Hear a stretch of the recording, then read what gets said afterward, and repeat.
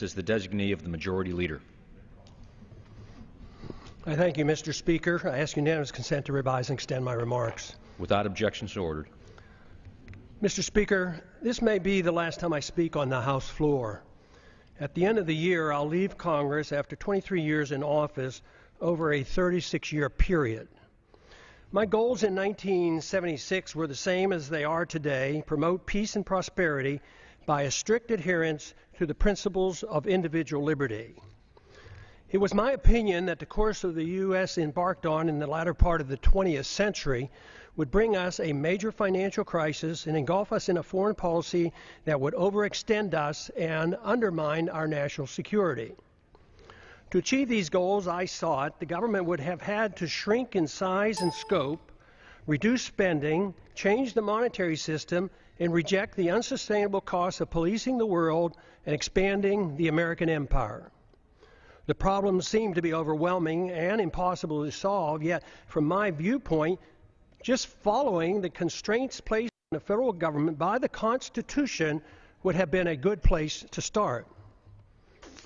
Just how much did I accomplish? In many ways, according to conventional wisdom, my off and on career in Congress from 1976 to 2012 accomplished very little.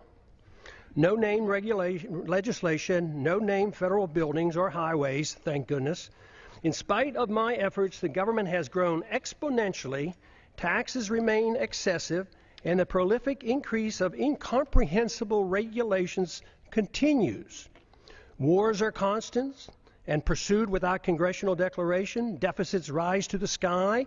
Poverty is rampant, and dependency on the federal government is now worse than any time in our history. All this with minimal concerns for the deficits and unfunded liabilities that common sense tells us cannot go on much longer. A grand but never mentioned bipartisan agreement allows for the well-kept secret that keeps the spending going. One side doesn't give up 1 penny on military spending, the other side doesn't give up 1 penny on welfare spending, while both sides support the bailouts and the subsidies for the banking and the corporate elite. And the spending continues as the economy weakens and the downward spiral continues. As the government continues fiddling around, our liberties and our wealth burn in the flames of a foreign policy that makes us less safe. The major stumbling block to real change in Washington is the total resistance to admitting that the country is broke. This has made compromising just to agree to increase spending inevitable, since neither side has any intention on cutting spending. The country and the Congress will remain divisive since there's no loot left to divvy up. Without this recognition, the spenders in Washington will continue to march toward a fiscal cliff much bigger than the one anticipated this coming January. I've thought a lot about why those of us who believe in liberty as a solution have done so poorly in convincing others of its benefits. If liberty is what we claim it is, the principle that protects all personal, social, and economic decisions necessary for maximum prosperity and the best chance for peace, it should be an easy sell. Yet history has shown that the masses have been quite receptive to the promises of authoritarians, which are rarely, if ever, fulfilled. Should we have authoritarianism or liberty? If authoritarianism leads to poverty and war and less freedom for all individuals and is controlled by rich special interests, the people should be begging for liberty. There certainly was a strong enough sentiment for more freedom at the time of our founding that motivated those who were willing to fight in the revolution against the powerful British government. During my time in Congress, the appetite for liberty has been quite weak. The understanding of its significance negligible. Yet the good news is that compared to 1976, when I first came to Congress, the desire for more freedom and less government in 2012 is much greater and growing, especially in grassroots America. Tens of thousands of teenagers and college-age students are, with great enthusiasm, welcoming the message of liberty. I have a few thoughts as to why the people of a country like ours, once the freest and most prosperous, allowed the conditions to deteriorate to the degree that they have. Freedom, private property, and enforceable voluntary contracts generate wealth. In our early history, we were very much aware of this. But in the early part of the 20th century, our politicians promoted the notion that the tax and monetary system had to change. If we were to involve ourselves in excessive domestic and military spending, that is why Congress gave us the Federal Reserve and the income tax. The majority of Americans and many government officials agreed that sacrificing some liberty was necessary to carry out what some claim to be progressive ideas. Pure democracy became acceptable. They failed to recognize that what they were doing was exactly opposite of what the colonists were seeking when they broke away from the British. Some complain that my arguments make no sense, since great wealth and the standard of living improved for many Americans over the last 100 years, even with these new policies. But the damage to the market economy and the currency has been insidious and steady. It took a long time to consume our wealth, destroy the currency, and undermine productivity, and get our financial obligations to a point of no return. Confidence sometimes lasts longer than deserved. Most of our wealth today depends on debt. The wealth that we enjoyed and seemed to be endless allowed concern for the principle of a free society to be neglected. As long as most people believed the material abundance would last forever, worrying about protecting a competitive, productive economy and individual liberty seemed unnecessary. The age of redistribution. This neglect ushered in an age of redistribution of wealth by government, kowtowing to any and all special interests, except for those who just wanted to be left alone.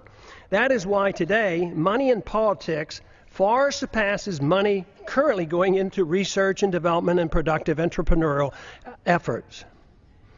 The material benefits became more important than the understanding and promoting the principles of liberty and a free market.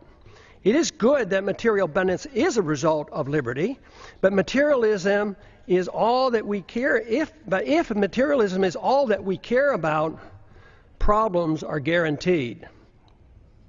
The crisis arrived because the illusion that wealth and prosperity would last forever has ended. Since it was based on debt and a pretense that debt can be papered over by an out-of-control fiat monetary system, it was doomed to fail. We have ended up with a system that doesn't produce enough even to finance the debt, and no fundamental understanding of why a free society is crucial to reversing these trends.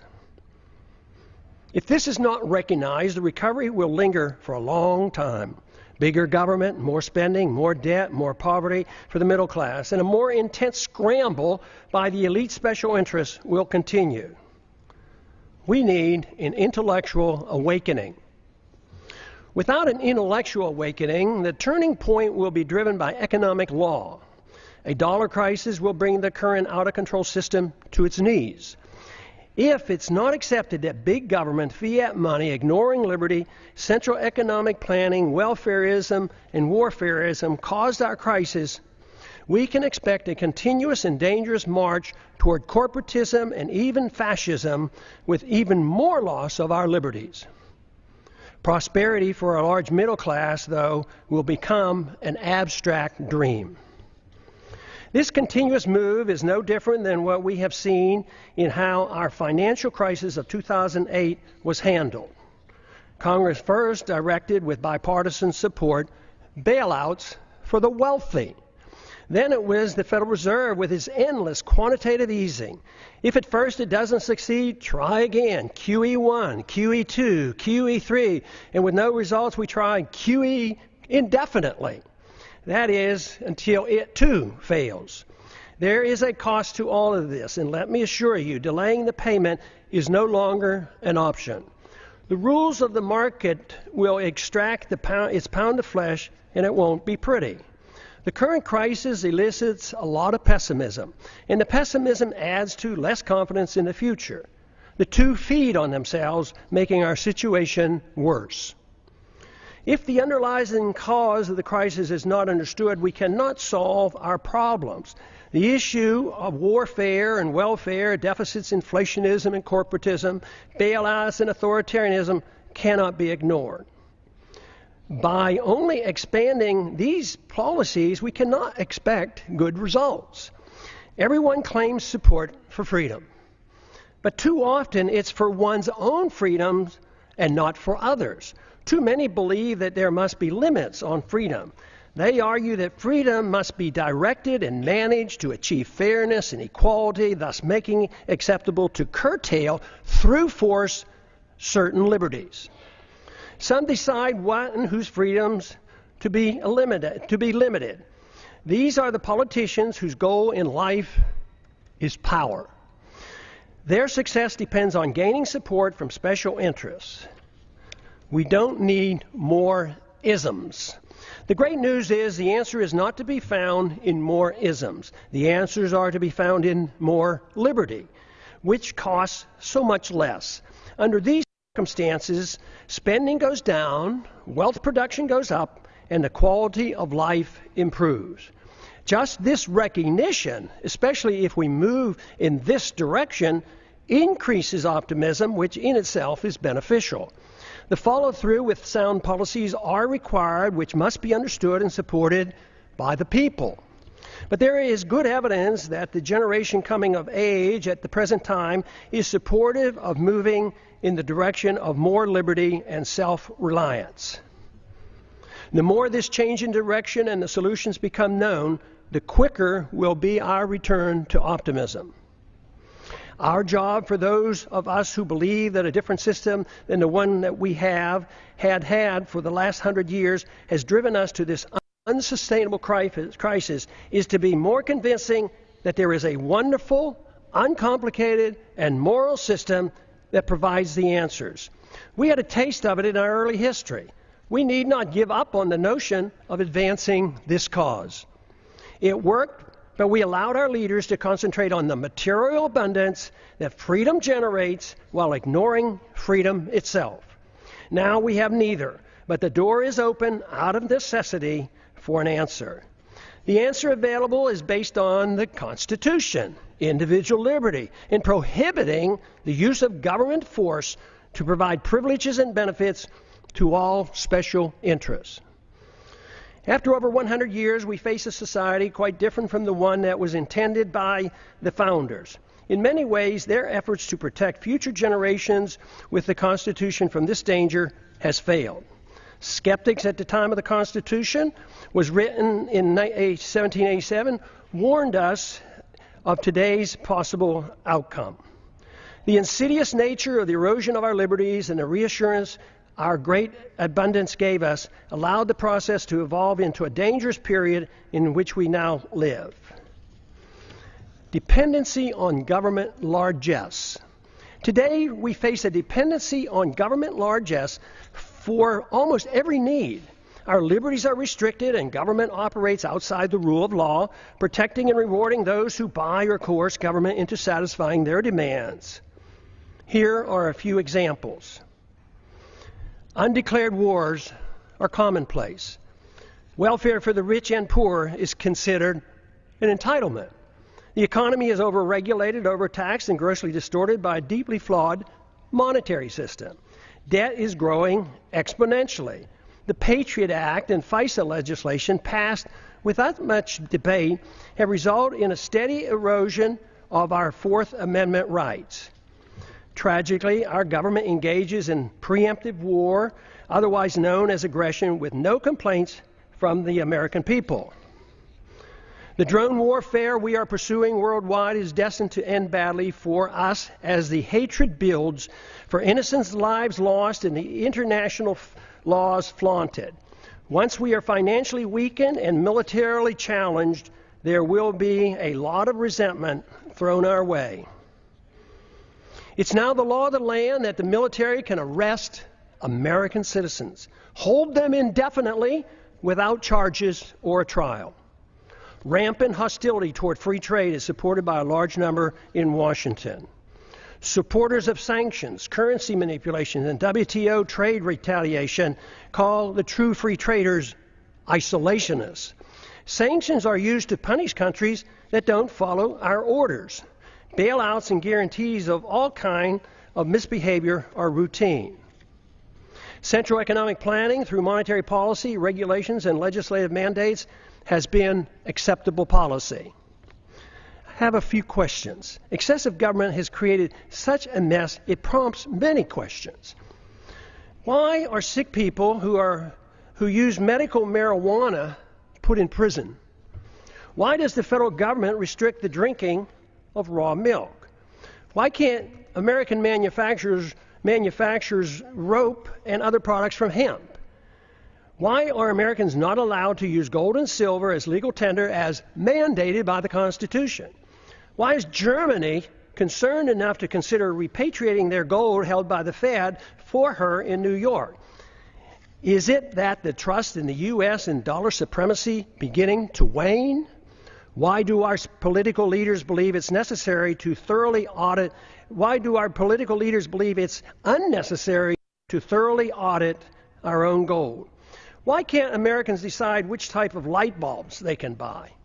Why is it the TSA permitted to abuse the rights of any American traveling by air? Why should there be mandatory sentences, even up to life, for crimes without victims, as our drug laws require?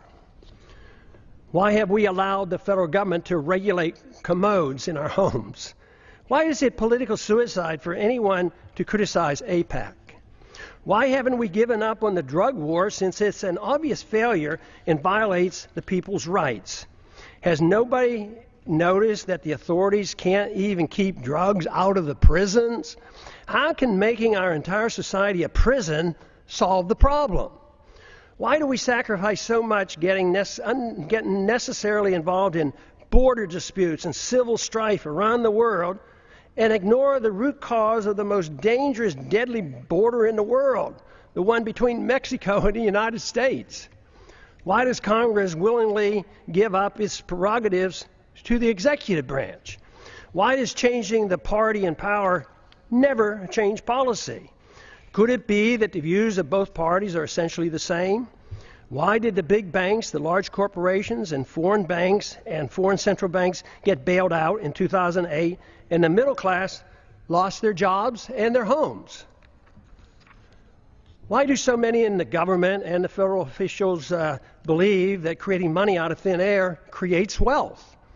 Why do so many accept the deeply flawed principle that government bureaucrats and politicians can protect us from ourselves without totally destroying the principle of liberty? Why can't people understand that war always destroys wealth and liberty? Why is there so little concern for the executive order that gives the president authority to establish a kill list, including American citizens, of those targeted for assassination? Why is patriotism thought to be blind loyalty to the government and the politicians who run it, rather than loyalty to the principles of liberty and support for the people? Real patriotism is a willingness to challenge the government when it's wrong. Why is it claimed that if people won't or can't take care of their own needs, that people in government are able to do it for them?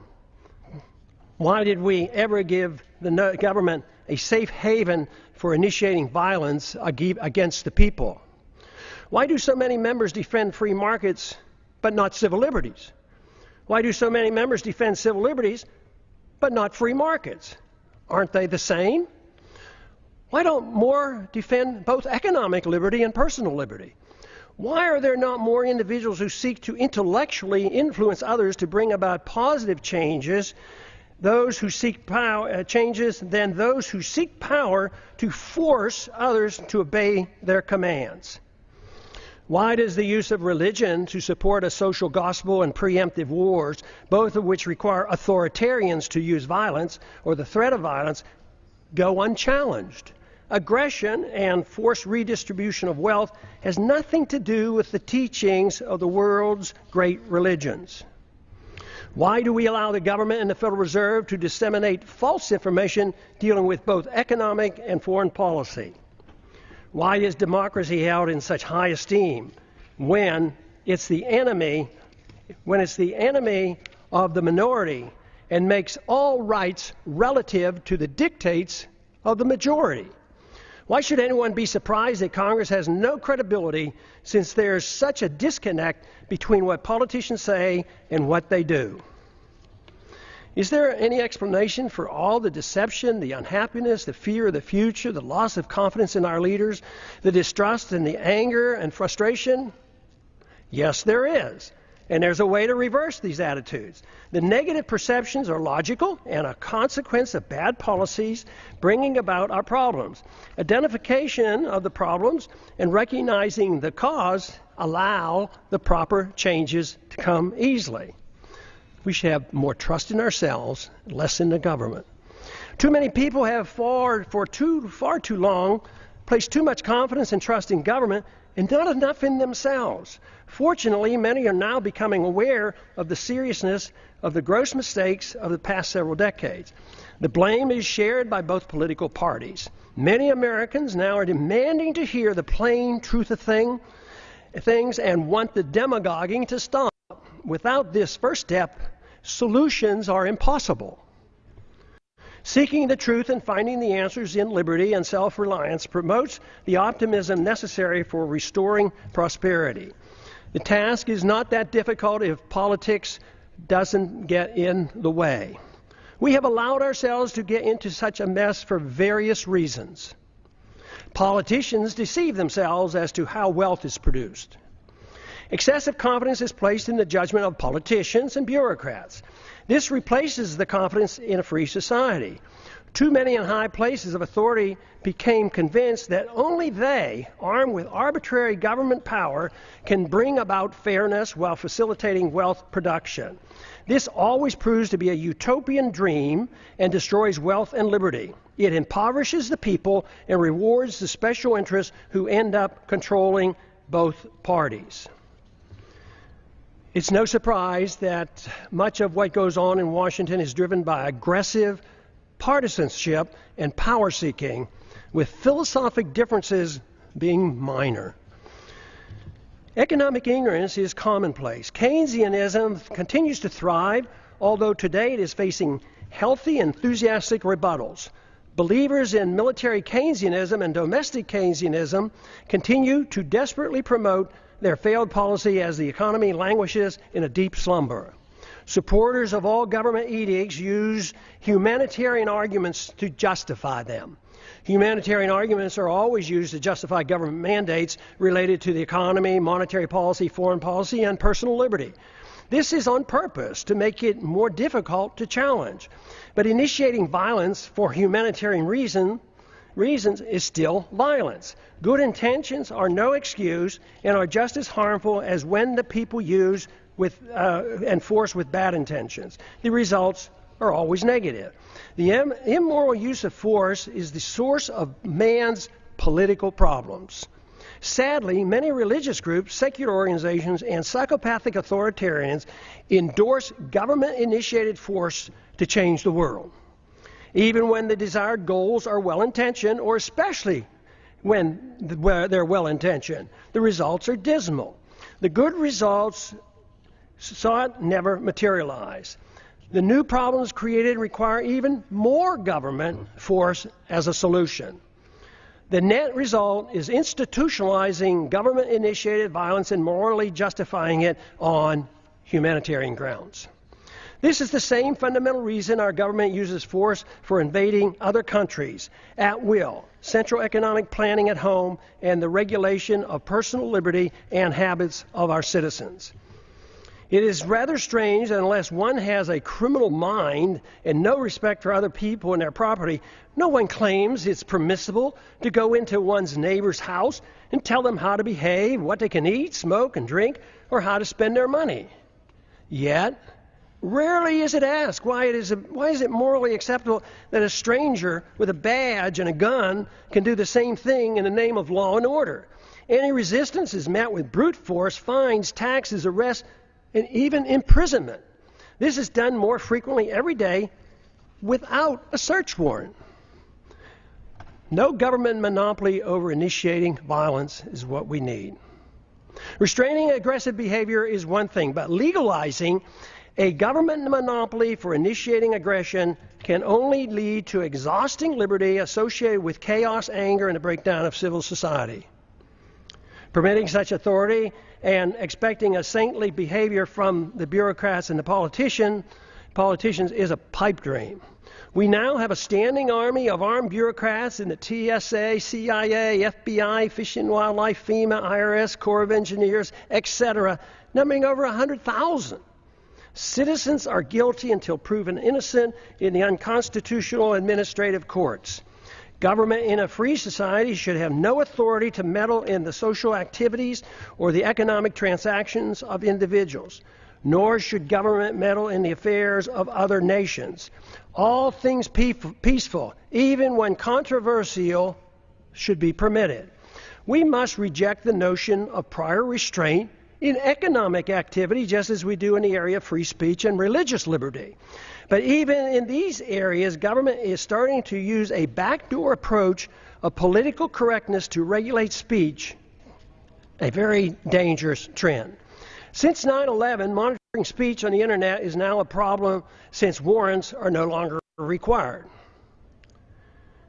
The proliferation of federal crimes. The Constitution established 4 federal crimes. Today, the experts can't even agree on how many federal crimes are now on the books. They number into the thousands. No one person can comprehend the enormity of the legal system, especially the tax code. Due to the ill-advised drug wars and the endless federal expansion of the criminal code, we have over 6 million people under correctional suspension, more than the Soviets ever had and more than any other nation today, including China. I don't understand the complacency of the Congress and the willingness to continue their obsession with passing more federal laws. Mandatory sentencing laws associated with drug laws have compounded our prison problems. The Federal Register is now 75,000 pages long, and the tax code 72,000 pages, and expands every year. When will the people start shouting, enough is enough, and demand Congress to cease and desist? What we should be doing is achieving liberty. Liberty can only be achieved when government is denied the aggressive use of force. If one seeks liberty, a precise type of government is needed. To achieve it, more than lip service is required. There are 2 choices available. 1, a government designed to protect liberty is a natural right as its sole objective. The people are expected to care for themselves and reject the use of any force for interfering with another person's liberty. Government is given a strictly limited authority to enforce contracts, property ownerships, settle disputes, and defend against foreign aggression. Number 2, a government that pretends to protect liberty but is granted power to arbitrarily use force over the people and foreign nations. Though the grant of power many times is meant to be small and limited, it inevitably metastasizes into an omnipotent political cancer. This is the problem for which the world has suffered throughout the ages. Though meant to be limited, it nevertheless is a 100% sacrifice of the principle that would-be tyrants find irresistible. It is used vigorously, though incrementally and insidiously. Granting power to government officials always proves the adage that power corrupts. Once government gets a limited concession for the use of force to mold people's habits and plan the economy, it causes a steady erosion and a steady move toward tyrannical government. Only a revolutionary spirit can reverse the process and deny the government this arbitrary use of aggression. There is no in-between. Sacrificing a little liberty for imaginary safety always ends badly. Today's mess is a result of Americans accepting option number 2, even though the founders attempted to give us option number 1. The results are not good. As our liberties have been eroded, our wealth has been consumed. The wealth we see today is based on debt and a foolish willingness on the part of foreigners to take our dollars for goods and services. Then they loan them back to us to perpetuate our debt system. It's amazing that it has worked for this long, but the impasse in Washington in solving our problems indicate that many are starting to understand the seriousness of this worldwide debt crisis and the dangers we face. The longer this process continues, the harsher the outcome will be. The financial crisis is actually a moral crisis. Many are acknowledging that a financial crisis looms, but few understand it's in reality a moral crisis. It's the moral crisis that has allowed our liberties to be undermined and permits the exponential growth of illegal government power. Without a clear understanding of the nature of the crisis, it will be difficult to prevent a steady march toward tyranny and the poverty that will accompany it. Ultimately, the people have to decide which form of government they want, option number 1 or option number 2. There is no other choice. Claiming there is a choice of a little tyranny is like describing pregnancy as a touch of pregnancy. It is a myth to believe that a mixture of free markets and government central economic planning is a worthy compromise. What we see today is a result of that type of thinking, and the results speak for themselves. A culture of violence. Americans now suffer from a culture of violence. It is easy to reject the initiation of violence against one's neighbor, but it's ironic that the people arbitrarily and freely anoint government officials with monopoly power to initiate violence against the American people, practically at will. Because it's the government that initiates force, most people accept it as being legitimate. Those who exert the force have no sense of guilt. It is believed by too many, that governments are morally justified in initiating violence supposedly to do good. They incorrectly believe that this authority has come from the consent of the people. The minority, or victims of government violence, never consented to suffer the abuse of government mandates, even when dictated by the majority. Victims of TSA excesses never consented to this abuse. This attitude has given us a policy of initiating war to do good as well. It is claimed that war to prevent war for noble purposes is justified. This is similar to what we were once told that, quote, destroying a village to save a village, close quote, was justified. It was said by a U.S. Secretary of State that the loss of 500,000 Iraqis, mostly children, in the 1990s as a result of American bombs and sanctions was worth it to achieve the good we brought to the people of Iraq. And look at the mess that Iraq is in today. Government use of force to mold social and economic behavior at home and abroad has justified individuals using force on their own terms. The fact that violence by government is seen as morally justified is the reason why violence will increase when the big financial crisis hits and becomes a political crisis as well. First, we recognize that individuals shouldn't initiate violence. Then we give the authority to the government. Eventually, the immoral use of government violence, when things go badly, will be used to justify an individual's right to do the same thing. Neither the government nor individuals have the moral right to initiate violence against another, yet we are moving toward the day when both will claim this authority. If this cycle is not reversed, society will break down. When needs are pressing and conditions deteriorate and rights become relative to the demands and the whims of the majority, it's then not a great leap for individuals to take it upon themselves to use violence to get what they claim is theirs. As the economy deteriorates and the wealth discrepancy increase, as they already are occurring, violence increases as those in need take it in their own hands to get what they believe is theirs. They will not wait for a government rescue program. When government officials wield power over others to bail out the special interests, even with disastrous results to the average citizens, they feel no guilt for the harm they do. Those who take us into undeclared wars, with many casualties resulting, never lose sleep over the deaths and the destruction their bad decisions caused. They are convinced that what they do is morally justified, and the fact that many suffered just can't be helped. When the street criminals do the same thing, they too have no remorse, believing that they are only taking what is rightfully theirs. All moral standards become relative, whether it's bailouts, privileges, government subsidies, or benefits for some from inflating a currency. It's all part of a process justified by a philosophy of forced redistribution of wealth.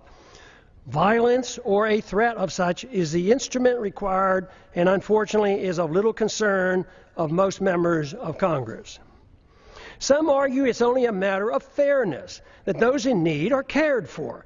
There are two problems with this. First, the principle is used to provide a greater amount of benefits to the rich than to the poor.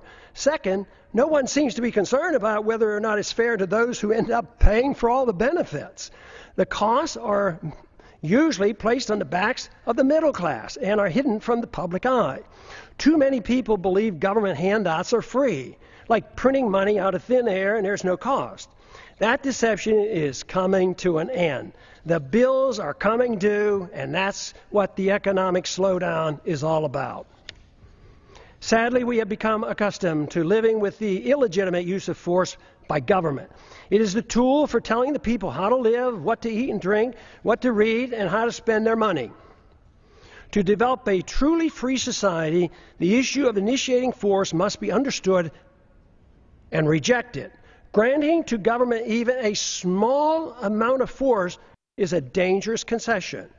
Limiting government excesses versus a virtuous moral people. Our Constitution, which was intended to limit government power and abuse, has failed. The founders warned that a free society depends on a virtuous and moral people. The current crisis reflects that their concerns were justified.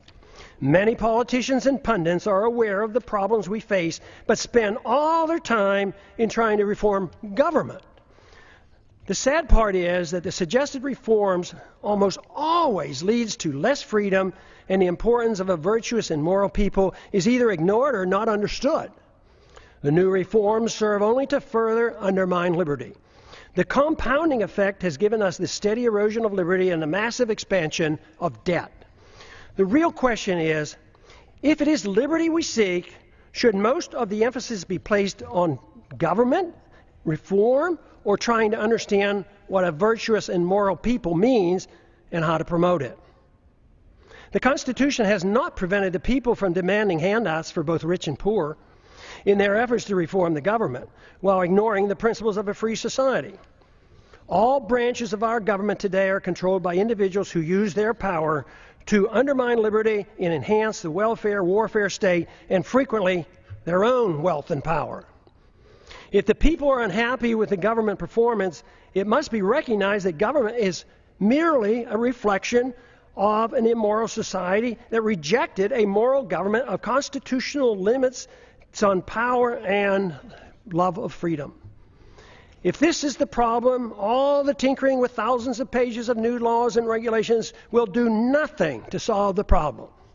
It is self-evident that our freedoms have been severely limited, and the apparent prosperity we still have is nothing more than leftover wealth from a previous time. This fictitious wealth based on debt and benefits from a false trust in our currency and credit will play havoc with our society when the bills come due. This means that the full consequence of our lost liberties is yet to be felt. But that illusion is now ending. Reversing a downward spiral depends on accepting a new approach.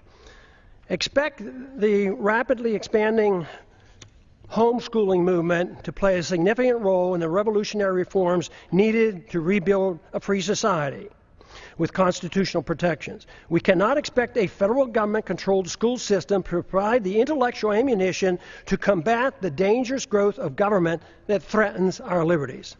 The Internet will provide the alternative to the government media complex that controls the news and most political propaganda. This is why it's essential that the Internet remains free of government regulation. Many of our religious institutions and secular organizations support greater dependency on the state by supporting war, welfare, and corporatism, and ignore the need for a virtuous people. I never believed that the world or our country could be made more free by politicians if the people had no desire for freedom. Under the current circumstances, the most we can hope to achieve in the political process is to use it as a podium to reach the people, to alert them of the nature of the crisis and the importance of their need to assume responsibility for themselves.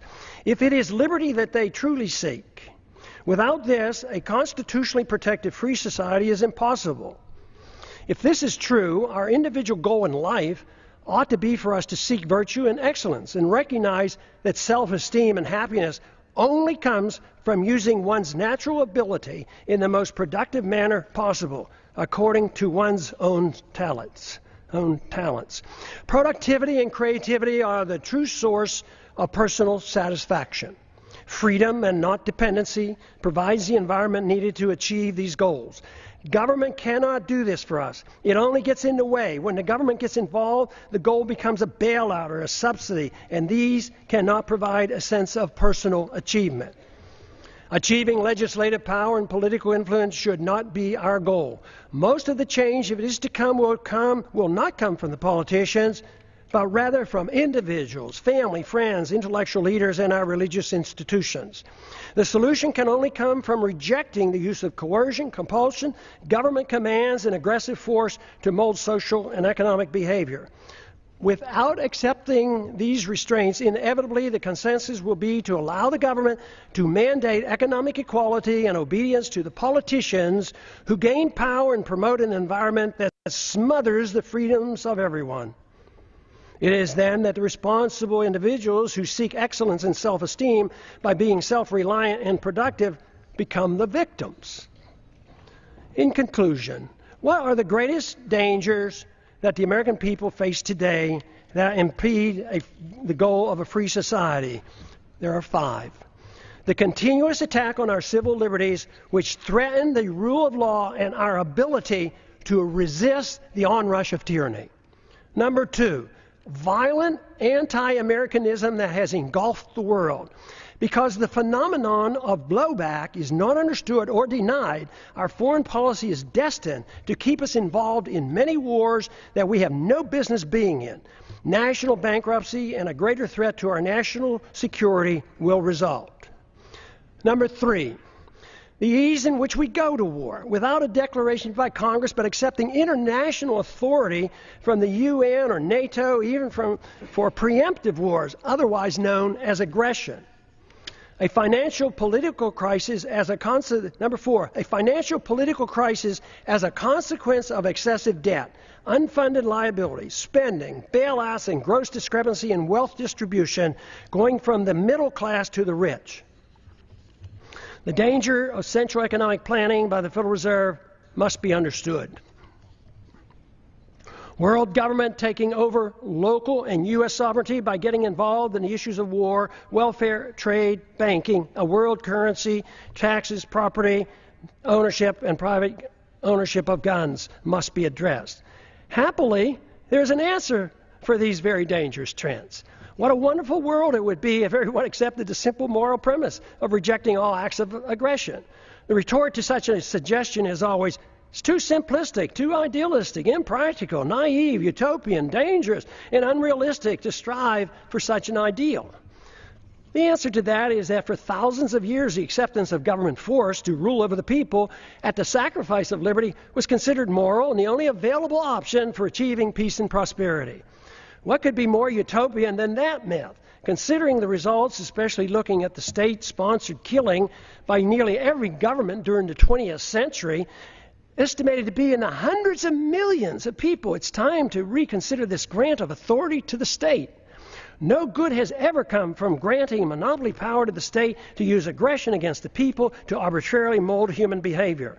Such power, when left unchecked, becomes the seed of an ugly tyranny. This method of governance has been adequately tested, and the results are in. The reality dictates we try liberty. The idealism of non-aggression and rejecting the offensive use of force should be tried.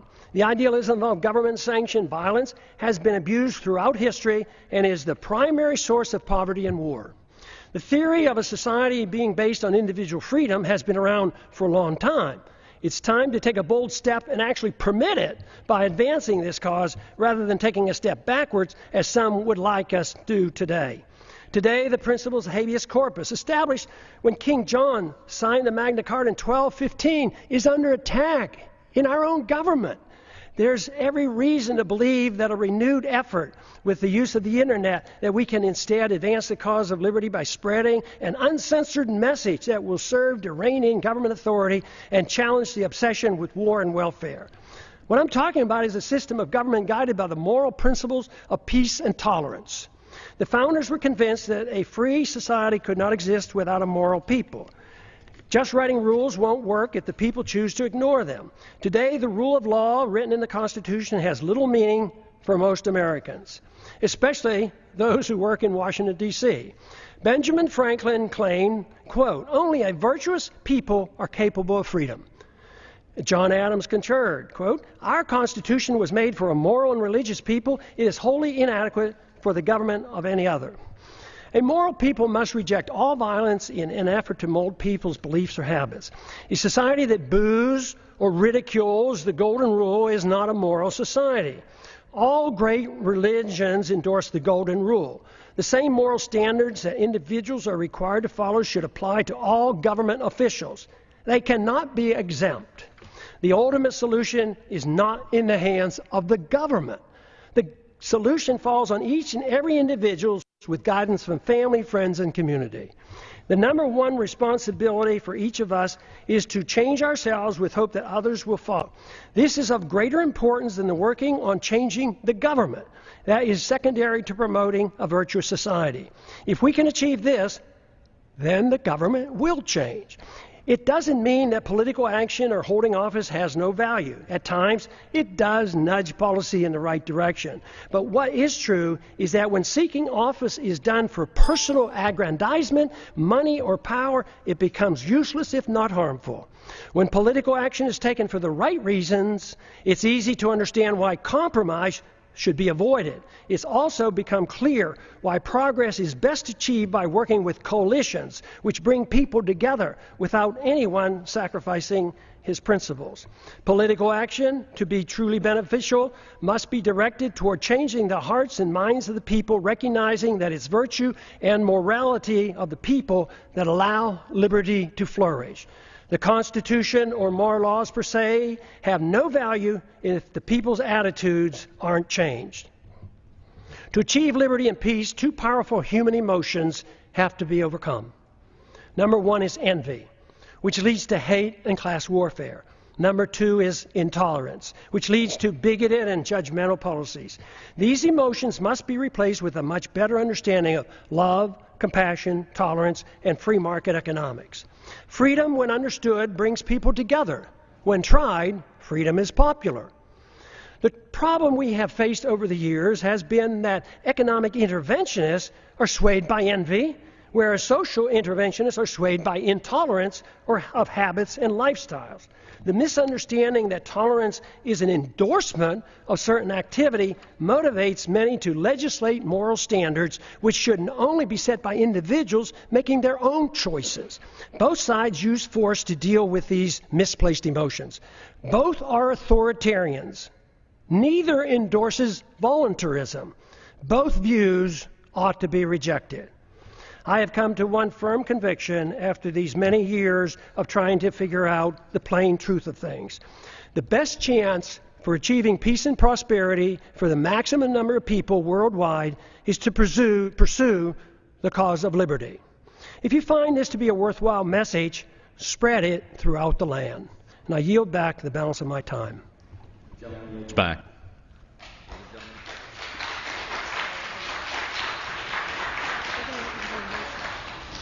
Gentleman from Texas for me. You're going to make an announcement before you move.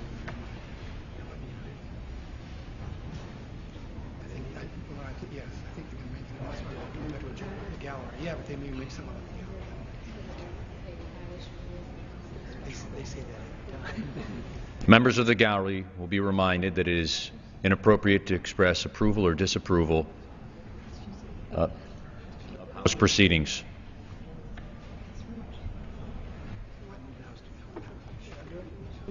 For what purpose does the gentleman from Texas seek recognition? The House to now adjourn. The question is on the motion to adjourn. Those in favor will signify by saying aye. Those opposed, no. The ayes have it. The motion is adopted. Accordingly, the House stands adjourned until 10 a.m. tomorrow for morning hour debate. So that